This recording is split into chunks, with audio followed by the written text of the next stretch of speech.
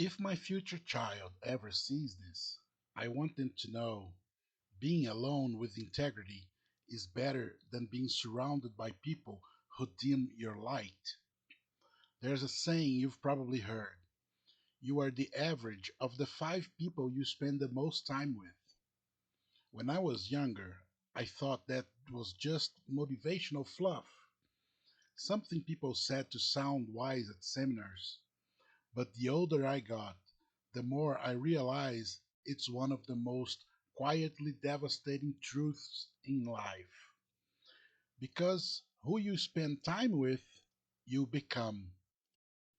During my university years, I spent too much time with the wrong crowd: druggies, cynics, people who mocked ambition and worshipped apathy. At that time, I didn't notice how it was changing me, how their indifference was bleeding into my drive, how their emptiness was numbing my curiosity. I laughed at the same jokes, I rolled my eyes at the same dreams, and told myself, I'm just fitting in. But the truth? I was shrinking.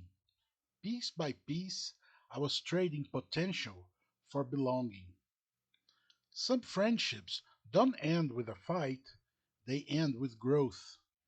One person starts to evolve and the other stays where they are.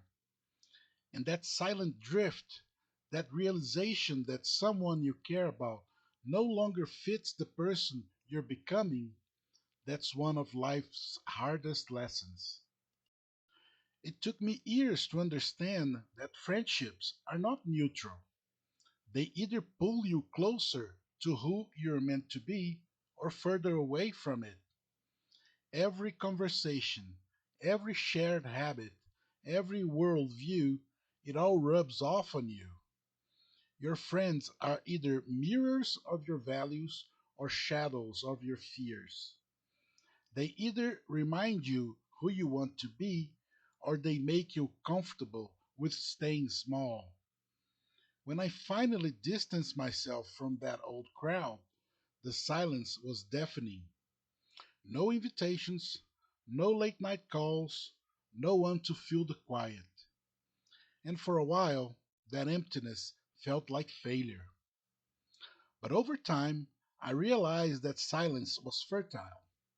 In it, I started hearing my own thoughts again. I began spending time with people who were building things, not destroying them. People who challenged me without humiliating me. People who made me want to rise. That's when life started to open up again. Here's what I've learned: too late for my younger self, but just in time for the person I am now. Your circle shapes your ceiling. You'll never rise higher than the expectations of the people you surround yourself with. If they mock your ambition, you'll start lowering your goals just to belong.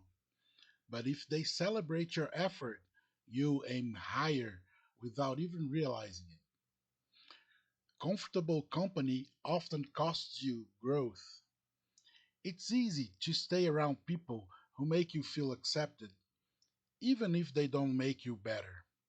Growth requires friction. Look for people who stretch your mind, who hold you accountable, who challenge your excuses. Loyalty isn't a lifetime contract. Sometimes you outgrow people you love. That doesn't make you heartless, it makes you honest. Not every friend belongs in every chapter of your life. Some were only meant to teach you the difference between attachment and alignment.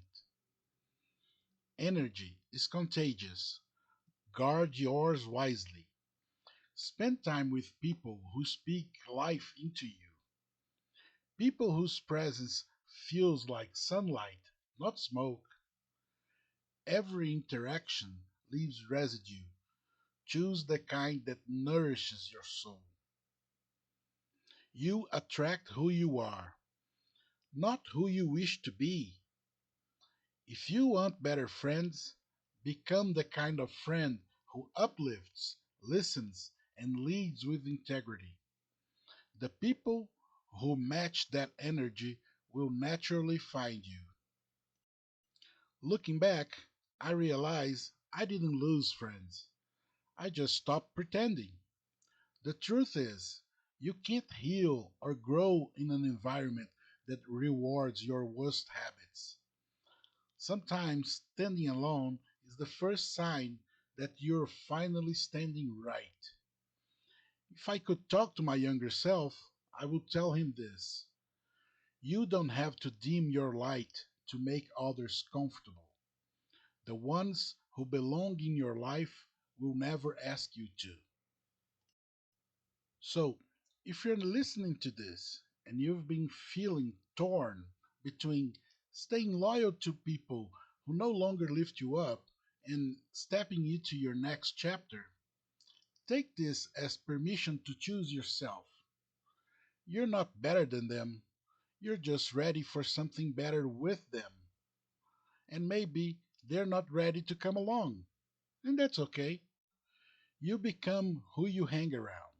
So hang around people who make you forget to check your phone because the conversation's that good. People who inspire you to build, to believe, to be bold. Those are the people worth keeping. Well, I'd love to hear your thoughts. Have you ever had to let go of someone to keep growing? Share your story in the comments.